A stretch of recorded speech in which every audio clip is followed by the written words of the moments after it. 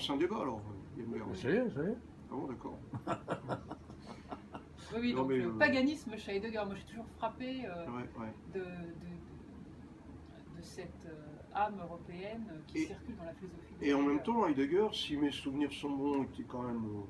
Certains disent qu'il était chrétien. Oui, d'une certaine façon.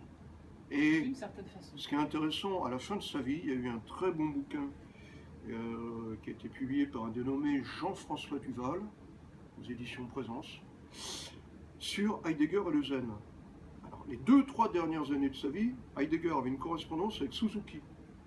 Suzuki, donc, qui était un intellectuel japonais qui avait publié beaucoup de choses sur le Zen, qui avait fait un peu... Notamment sur la macrobiotique, il a contribué à faire connaître la macrobiotique dans les années 70. Et la fameuse phrase, alors est-ce que c'est vrai ou apocryphe, de Heidegger, qui disait « Putain, si j'avais su, tout ce que j'ai écrit ne vaut pas grand-chose par rapport au Zen, quoi. » Je pense qu'il a été frappé, Heidegger, par la sobriété du Zen.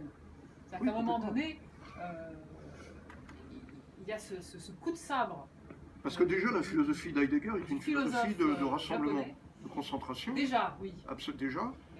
Et là, il arrive à un truc, une épure. Une épure du Giacometti philosophique, finalement.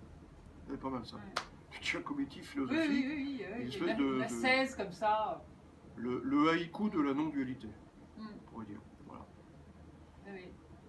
Mais, alors là, c'est pareil, on va dire aussi l'articulation, la dialectique hegelienne, si l'on veut, entre le vide et le plein.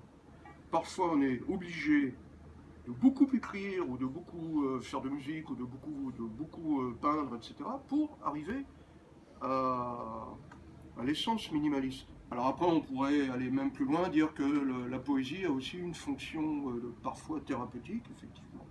Donc c'est la magie du verbe, guérir par le mot, comme on voit les mantras. Profondément métaphysique. Voilà, ça, Heidegger l'a très bien montré, parce qu'il expliquait que la poésie, c'était la révélation au sens où le voile des mots permettait de révéler la vérité et l'essence des choses. Ouais. Il a fait tout un travail sur la révélation comme le revoilement, et donc en revoilant, on dévoile. Y compris en étudiant la philologie, l'origine des mots. Oui, c'est passionnant son étude. Ce qui est aussi très intéressant, c'est la valeur des traductions. Tu as eu, je ne sais plus combien de traducteurs différents, par exemple d'Hölderlin, par exemple le texte Hyperion. Selon la traduction, le traducteur, les sens sont souvent très très différents. Alors est-ce que tu connais la traduction Ne parlons même pas d'Heidegger qui a été traduit des fois. Oui. Il y a des mots, Dasein par exemple, il faut bien savoir de quoi on parle. Quoi. À la limite, il faut garder le texte. Enfin, certains mots, moi j'ai la chance d'être germaniste, mais il y a certains mots qu'il ne faudrait pas traduire. C'est pour ça d'ailleurs que je pense que Sartre a fait un certain nombre de contresens sur la philosophie de Heidegger. Moi, je pense que Sartre travaille sur l'existentialisme. Sartre était plus influencé, je pense, par Husserl. Je pense. Il y a là le lien entre la phénoménologie husserlienne et l'existentialisme, sauf que Sartre n'a pas été jusqu'au bout, contrairement à un autre écrivain qui était un peu tricard, qui s'appelait Raymond Abellio. Raymond Abellio, qui lui a été obligé d'ailleurs de se planquer en Suisse après 1945, bon, Georges Souliès de son vrai nom, qui lui avait bien lu Husserl, et ensuite qui avait appliqué, alors il faut le faire quand même, la grille de la phénoménologie husserlienne à l'étude ésotérique de la Bible. Oui, parce que lui, il était gnostique, de la structure absolue. Oui. Voilà. Par rapport à la gematria, etc. C'est absolument passionnant. Je pense qu'Abellio a choisi un chemin beaucoup plus métaphysique et théosophique. Abellio, c'est l'abeille. Hein. Il était originaire de Toulouse. Donc il y avait aussi ce côté gnostique, oui, c'est ça. Mais par contre, le problème de Guy Etienne, on en parlait encore il n'y a pas très longtemps avec Gwenaël, c'est que lui, il a été très influencé par Husserl, justement, et mais un peu à la manière de Sartre, c'est-à-dire avec un existentialisme lié après au marxisme dans les années 70, ça fait un mélange détonnant. C'est un mélange détonnant et du coup, en aplatissant complètement toute possibilité métaphysique. Complètement. Bien sûr. Ça plombe complètement. Alors on pourrait dire qu'à la limite, Heidegger, non déplaise aux gauchistes, Heidegger est agnostique, quelque part. Oui. Complètement. Dans son travail sur les mythes aussi. Bien sûr, oui. Son rapport à la forêt, à la sylve. Oui. Mais là, on ressent vraiment le paganisme chez Heidegger. J'en reviens à Giacometti, quand on regarde les sculptures. Moi j'aime beaucoup Giacometti, les sculptures filiformes. Il ne faut pas oublier aussi que c'est un très grand dessinateur de Giacometti, j'ai un ami qui l'a très bien connu. Et quand tu vois le visage en lame de couteau de Giacometti, c'est drôle parce qu'il y a un rapport entre ce qu'il sculptait et lui-même, finalement. Voilà, c'est assez curieux. Une forme de projection comme ça. Mais bon, en même temps, c'est pas systématique.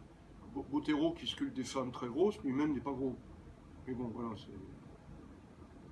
Moi, j'ai rencontré Giacometti quand j'étais gosse à la terrasse du Select. Ah ouais? Oui, le dimanche matin, il était tout le temps. C'était très sympa, il paraît. Bon, j'ai pas parlé avec lui, mon oncle, il le connaissait. Boulevard Raspail, le dimanche matin, entre le métro Raspail et Bavin, tu avais les peintres qui déballaient sauvages sur le trottoir. Donc on se baladait, quoi, et c'était un peu comme un marché aux puces des tableaux, quoi. Et il y avait Giacometti, la terrasse du Select. Plusieurs fois. Ce que le public ne sait pas, et ça c'est pas une blague, que Giacometti était gitan d'origine.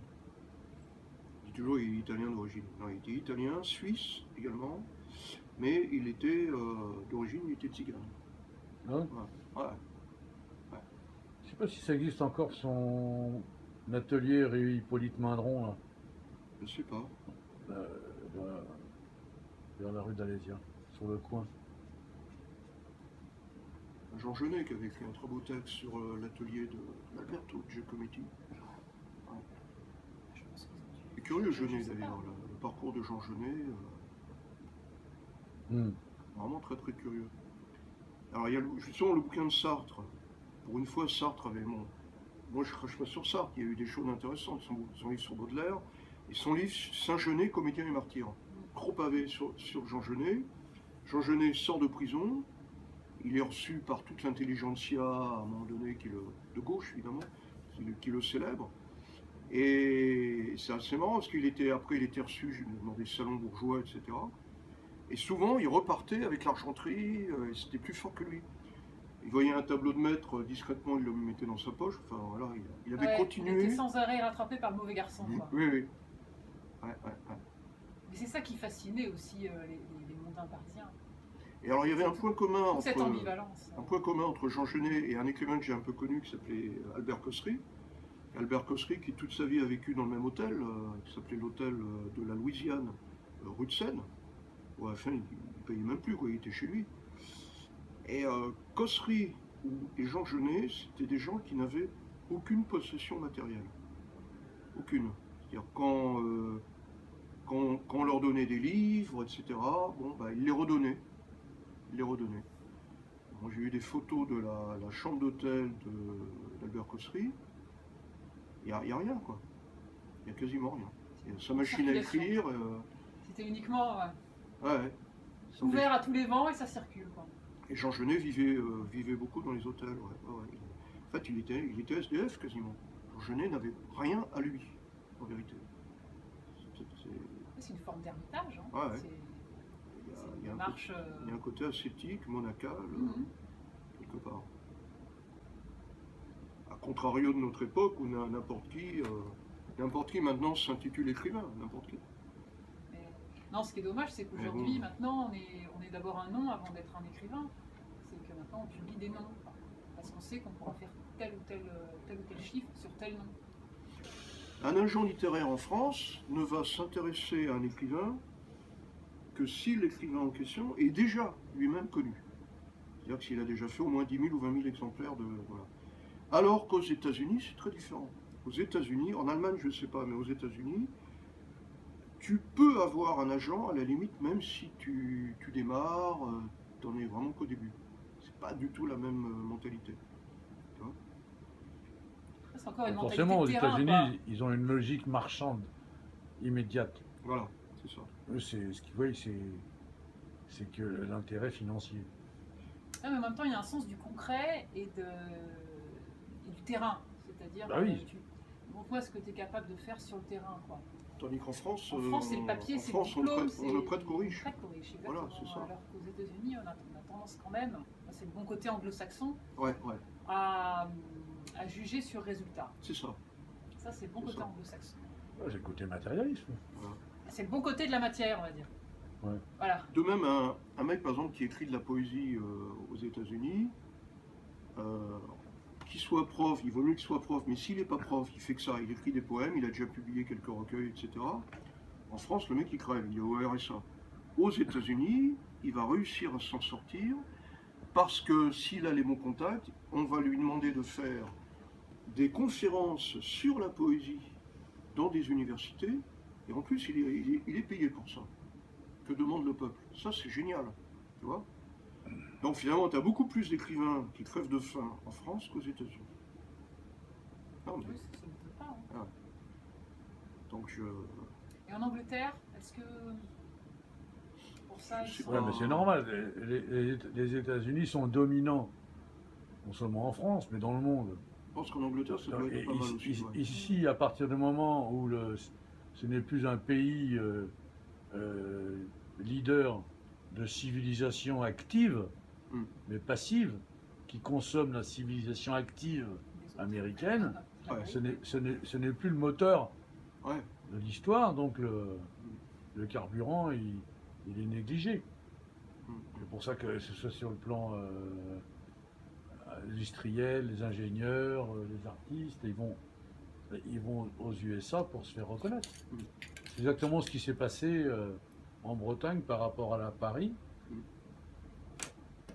Il se passe maintenant la même chose en France par rapport à New York. Pour les peintres, tout ça, c'est pareil. C'est le phénomène de l'histoire qu'on trouve dans l'histoire du colonialisme. J'aime beaucoup les proverbes, j'aime beaucoup les dictons, les proverbes. Je trouve qu'il y a une sagesse populaire dans les proverbes. C'est Léon Bloy qui avait écrit un truc assez génial à partir de ça.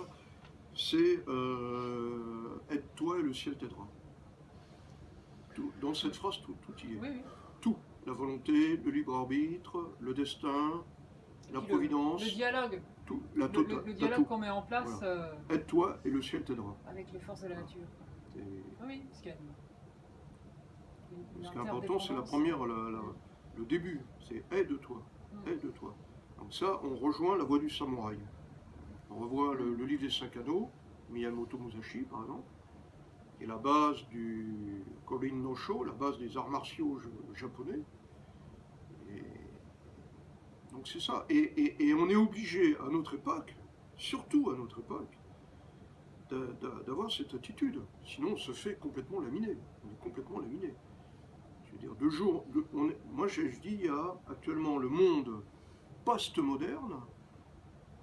Moi, je vois ça comme la montée des égouts, le Kali Yuga. Il y a de plus en plus de choses négatives, mais même qu'on ne voit pas, même dans l'invisible, si tu veux. Si on est un peu sensible et qu'on n'a pas une protection, on ne va pas loin. Je vais dire surtout dans ou alors on va tomber malade, ou on va disjoncter, ou tu vois. Donc on est obligé d'être ce que disait Evola, d'être un homme debout au milieu des ruines. J'aime beaucoup cette expression. Oui, mais parce que ça se passe surtout dans l'invisible. Quand c'est déjà visible, c'est déjà trop tard. Donc l'homme debout, il agit surtout contre l'obscur dans l'invisible. C'est la verticalité de ce qui est au centre du Triban. Le Triban, t'as Yann Ber, le Triban, t'as trois rayons, plutôt. 3 rayons. Et c'est comment on dit en breton, le rayon central. Le Triban, c'est les 3. Skin. Oui, c'est ça. Voilà, c'est ça. C'est la lance de Lug, en même temps. Les côtés phalliques, également. Non, mais phalliques, pour une fois, les freudiens ne sont pas très loin de la vérité, qui est fait que c'est en même temps phallique et androgyne. C'est-à-dire qu'on est un homme complet, c'est un homme qui s'est réconcilié aussi avec sa féminité. Voilà, c'est l'androgyne alchimique, l'hermaphrodite alchimique. Voilà. À la fois homme et femme. Et on est loin du compte à notre époque. On est loin du compte. Je vais tenir un discours peut-être un peu réac, mais il y a de moins en moins de vraies femmes, il y a de moins en moins de vrais hommes. Non, mais je suis complètement d'accord avec toi. Hein. Enfin, ça, on est tout à fait d'accord. Les gens n'arrivent plus à gérer leur polarité sexuelle. Ils ne font plus ce travail d'alchimique qui est un travail profond, dont parle Jung, hein, avec l'animus, l'anima, retrouver cette complémentarité essentielle. Ça se passe au niveau moi, mon idée, c'est que l'homme complet réalisé, c'est dans le couple. C'est-à-dire que tu as les deux sexes qui forment un individu. Ah, totalement, oui. C'est la voie tantrique aussi. Ouais, bien sûr. Moi, je crois que c'est l'explication la plus simple et la plus juste. Mais déjà, au niveau individuel, on est déjà un couple soi-même, au niveau individuel. À partir du moment où il y a 12 millions d'années et la séparation des sexes, puisqu'on descend d'un être hermaphrodite, comme les escargots, je pense que c'est cette séparation qui provoque le désir d'union. Bon. En fait, c'est dans l'acte, dans le coït, que tu redeviens un être complet. Bien sûr, et puis dans l'orgasme, dans le meilleur des cas, qui peut être aussi un orgasme artistique, m'est arrivé d'avoir l'équivalent d'un orgasme en écoutant de la musique. Hein. Mais je veux dire, fusion de l'être et du cosmos, voilà, c'est ça, une fusion de l'être et du cosmos. Alors mon idée, c'est que l'orgasme est une reproduction infiniment microscopique. Et de l'être et du non-être aussi. Du Big Bang. Oui, c'est ça. Je ne sais pas si c'est ça, c'est un truc que tu ressens instinctivement. Que j'ai pensé. Oui, parce que c'est lié à la création. C'est une transcendance aussi, c'est aussi quelque part un dépassement de la mort. Quand on dit la petite mort. On dit la petite mort, par exemple. Bon. Mais c'est un seuil. Faut pas en rester là, justement. Les gens, ils en restent là. Donc, c'est intéressant, c'est la notion de rétention également. Ça appelle, si on parle de sexualité tantrique, ce qu'on appelle la chevaucher le tigre, c'est ça. Si tu arrives, alors évidemment, après, il y a tout un travail, même y compris musculaire, c'est un entraînement, ça se fait pas comme ça. Et si tu arrives à garder ton énergie, c'est génial, parce que tu peux faire l'amour plusieurs fois de suite à une femme, la faire jouir à la limite toute la nuit, et toi, tu perds pas. Au contraire, tu perds pas ta... Bon, après, si tu veux le lâcher, tu lâches, hein. Mais voilà, c'est intéressant, quoi. C'est un travail sur la Kundalini, sur l'énergie. On devrait avoir des cours. Complètement. Ça devrait s'enseigner. Et on est à une époque... Ça devrait faire partie de l'éducation nationale. Les lycéens, mais oui. Les lycéens en troisième devraient apprendre ça. Oui, même à l'université. Alors le problème des lycéens, c'est que tu as de plus en plus, même à partir de 11-12 ans, des filles, des garçons qui regardent YouPorn, qui vont sur des sites porno. Donc dans la sexualité de nos jeunes actuellement, c'est des trucs complètement trash. Déformation. Ils ont des trucs complètement... Mais ça a un impact sur la libido, il y a une déformation. Voilà. Donc pour devenir impuissant, il n'y a pas mieux, quoi. C'est terrible, enfin, c'est terriblement destructeur. Complètement. Avec en plus le côté très... mais ça fait partie justement du processus du système d'américanisation, d'occidentalisation. C'est-à-dire que avec le côté maître-esclave, en plus. C'est à la fois commercial et en même temps, c'est castrateur pour éviter que les mâles restent des mâles et deviennent dangereux et rebelles. Il y a un sociologue qui s'appelle, je crois, Le Goff, qui vient de publier un bouquin, là, récemment. C'est un ancien 68 art, mais qu'en est revenu, justement, et qui détruit complètement le mythe de 68. Ça vient de sortir, là, j'ai vu ça. Ah oui, intéressant. Et on attend la réponse virulente de Cohn-Bendit, qui évidemment ne va pas manquer il y aura des débats chez Ruquier, certainement, etc. Mais... Bon, moi, d'après ce que j'ai compris, je résume, mai 68 aussi, de manière très simple, hein, et lapidaire, c'est que mai 68, c'est le meilleur moyen qui a été trouvé par les Américains pour se débarrasser de Gaulle, hein, qui résistait à l'économie américaine qui envahissait l'Europe. C'est-à-dire que tu prends un billet des francs sous De Gaulle, tu as une inscription sur l'équivalent or. Hein, ouais. Un billet de 100 francs représentait tant de grammes d'or. Ok, ok. Bon, c'était... De Gaulle avait remplacé le roi de France par la Banque de France. Le système de la mafia de Manhattan et Wall Street avait besoin d'une économie virtuelle. Hein, c'est-à-dire que pour faire marcher la fausse monnaie, le dollar, la planche à billets, avec lesquels dollars ils remboursent leur dette, ce qui ne correspond à rien. Bon. C'est en fait le dollar correspond non pas à un poids en or, mais de la marchandise. Une fois que tu as compris ça, tu comprends pourquoi il y a eu mai 68 pour virer De Gaulle. Maintenant, on a la monnaie virtuelle. Ça existe depuis 1973. Ouais. Même 71. La disparition de la monnaie or. Oui, depuis la crise du pétrole, quoi, en fait. Voilà. Et donc après... 73, ça s'est vraiment développé parce qu'il y a eu la mort de Pompidou. Ouais. Après, 74, deuxième choc pétrolier. Non, mais bon, sinon, toute l'idéologie 68, c'est quoi? Sous les pavés la plage, c'est l'idéal de la planche à voile et de la société de consommation. Hein. C'est-à-dire que libérons-nous de tout, il est interdit d'interdire, etc. Ça donne le Club Med, ça donne le club, ça donne 2+2. Le club à part. Donc, ça donne ça donne la société de consommation. Alors, moi, ça donne le libéralisme et le mondialisme actuel, c'est tout. Je veux dire, c'est aussi simple que ça. Ce qu'ils appellent la globalisation. Voilà, donc c'est 68 qui n'est pas à l'origine, mais qui a été un coup décisif pour aller dans ce sens-là. Alors, ce qu'il y a eu de positif, je me fais l'avocat du diable, ce qu'il y a eu de positif quand même de 68, je dirais, ça a été le côté dionysiaque, le côté ludique. Parce que c'est vrai qu'il y avait quand même une chape de plomb gaulliste qui était un peu lourde. Il fallait que le balancier reparte dans l'autre sens. Voilà. Bon. Mais, après, évidemment, oui, c'est ça, c'est un mouvement de balancier. Après, les soi-disant révolutionnaires, qui étaient d'ailleurs tous quasiment des fils de bourgeois, hein, c'est pas du tout une révolution prolétarienne. Les gens de la gauche prolétarienne, moi je les ai connus, j'étais très proche des Mao à une époque, les gens de Vive la Révolution, de la gauche prolétarienne, etc., étaient tous quasiment à 95% des fils de bourgeois, tous. Voilà.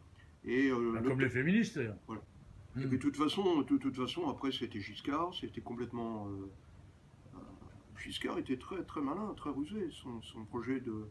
Giscard, Chaban-Delmas, tous ces mecs avec des projets de nouvelles sociétés, etc., après, il y a eu Chevènement, les souverainistes, n'ont fait que reprendre quelque part les idées de mai 68 et de les droitiser de manière très habile.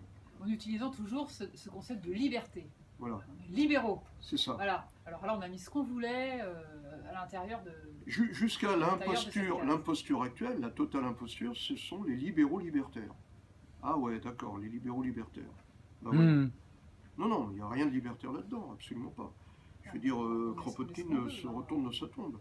Et ceux qui étaient vraiment intelligents, enfin pour moi, le seul truc qui a vraiment de la valeur, qui était même d'ailleurs qui existait avant 68, pour moi, hein, personnellement, c'est Guy Debord, les situationnistes. Voilà. Quand on relit les cahiers de l'international situationniste, il y a quand même des choses extrêmement, je dirais, presque prophétiques par rapport au système de manipulation actuel. Mais ça reste très sombre. La grande interrogation des gens, qui se l'avouent, qui ne se l'avouent pas, c'est la mort, on va crever à un moment donné, on n'est plus là, qu'est-ce qui se passe après? Qu'est-ce qui se passe après? Tu vois? Donc, moi personnellement, j'ai ma petite idée. Bon, je pense que tout au moins, si on a fait le travail nécessaire durant son existence, il n'y a pas de raison qu'une partie de notre conscience ne continue pas. Maintenant, je ne vais pas dire où est-ce que... disent les traditions. Voilà. Mais c'est ce que nos anciens déjà... Il y a quelque chose qui continue. Pas forcément pour tout le monde. Hein. Pas forcément pour tout le monde. Je me souviens, tu avais Gurdjieff, par exemple, dans l'enseignement de Gurdjieff, un jour, il y a une bonne femme qui dit à Gurdjieff, qu'est-ce que je vais devenir dans une vie, dans la vie qui va venir? Gurdjieff lui a répondu, il était assez féroce, lui a dit, écoutez madame, pourquoi déjà vous pensez à une vie prochaine? Parce que déjà dans votre vie-ci, vous n'existez pas. Vous n'avez pas de réalité. Voilà. Personne n'est allé se coucher, toi. Mais il n'a pas entièrement tort. C'est-à-dire que une âme, là je ne parle même plus d'esprit, je parle de l'âme. C'est l'âme qui fait que notre corps fonctionne. C'est tout. C'est l'âme qui fait que le chien aboie. Mais quel serait l'équivalent le plus fidèle de l'âme dans la tradition druidique? Là, je m'adresse à Yann Bert. C'est là, tu diras la Wen, l'âme. Ah, oui. C'est ça. Oui. C'est ce qui nous agit. C'est l'âme-esprit. Ouais. Ce qui nous agit. Voilà. L'âme-esprit, c'est Awen. Bien sûr, bien sûr. Mais tout le paradoxe de la qui est le souffle, qui est lié au souffle aussi, au pneuma. L'âme psyché, c'est aîné. Ouais. Okay. C'est autre chose. C'est-à-dire que les aînés, je sais pas en breton. On a enclenché le cursus en breton là. Ils vont flipper les gens qui vont voir la vidéo là. Ouais. Bon, l'Awen est immortel, l'aîné est mortel. Bon. L'aîné reçoit l'Awen. Voilà. C'est par l'aîné que l'Awen peut circuler après dans la personnalité. Donc c'est l'aîné qui hérite, c'est pas le Benjamin. L'aîné. C'est pas Célestin. Pas chez Hallyday. Ouais, voilà. Non, pas Célestin l'aîné. Hein. Mais tout le paradoxe de la notion d'existence, c'est que justement la véritable existence, elle se situe là, au niveau de l'âme, au niveau de ce qui se passe dans l'âme. Mais beaucoup de gens pensent que l'existence, c'est combien tu gagnes et non. Non, mais tu me reparlais du druidisme là. C'est l'ADN et la mémoire de nos ancêtres aussi. Je veux dire, sans la mémoire de nos ancêtres, sans la mémoire cellulaire, l'ADN c'est que dalle, je veux dire. Et donc l'âme, je dirais, c'est l'âme et le moteur de l'ADN.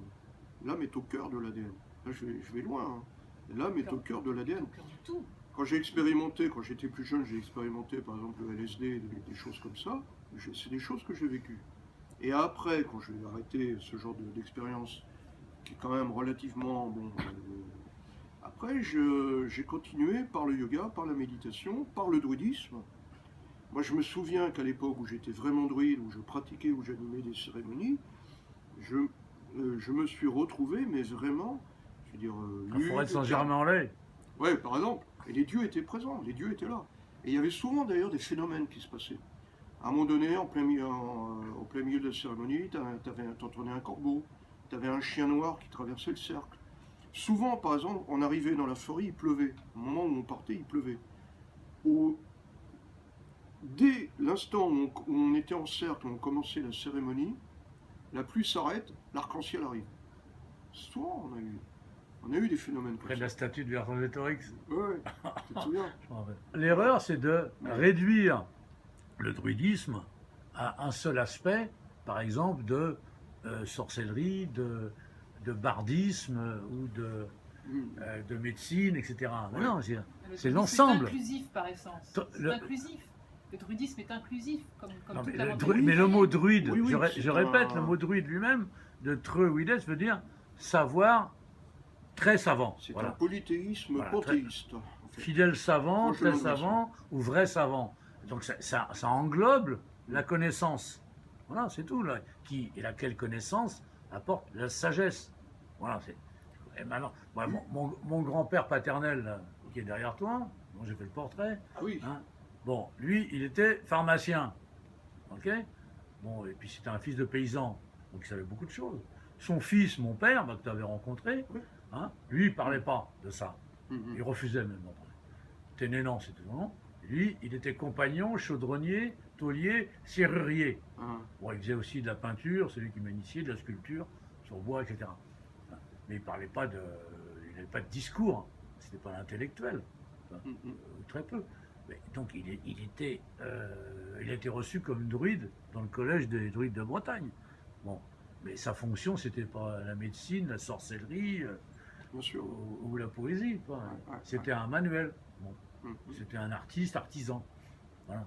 Mais il est parti, il avait toute une connaissance, hein, et il était fidèle savant, hein, vrai savant de beaucoup de choses techniques, hein, puisqu'il a fini comme mécanocellule dans l'aviation. Voilà, c'est ça le druidisme. Après, bon.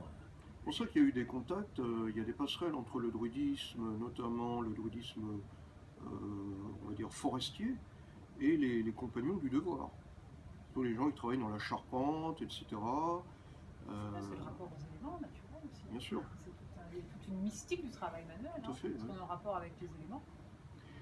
Il y a un lien entre les compagnons du devoir et le druidisme, même qu'il y a un lien aussi entre, ça c'est très peu connu, entre les compagnons du devoir et l'odinisme, c'est-à-dire les traditions scandinaves. Par exemple, en Normandie, tu as des églises, tu vas dans les clochers, ça c'est Guignard qui avait travaillé là-dessus, sur les évêques odinistes, tu as des runes. Donc, les compagnons normands, en fait, avaient donc l'héritage viking, les runes, et n'hésitez pas à, de temps en temps, graver des signes dans les églises qu'ils construisaient. Donc il y avait une espèce de fusion comme ça entre le christianisme et la tradition nordique, de même qu'il y a eu des fusions entre la tradition celtique et le christianisme. Ça c'est absolument évident. Et quand les druides ont été à un moment donné persécutés, ceux qui les ont accueillis et qui les ont protégés, notamment, étaient les bénédictins de l'ordre de Saint-Benoît.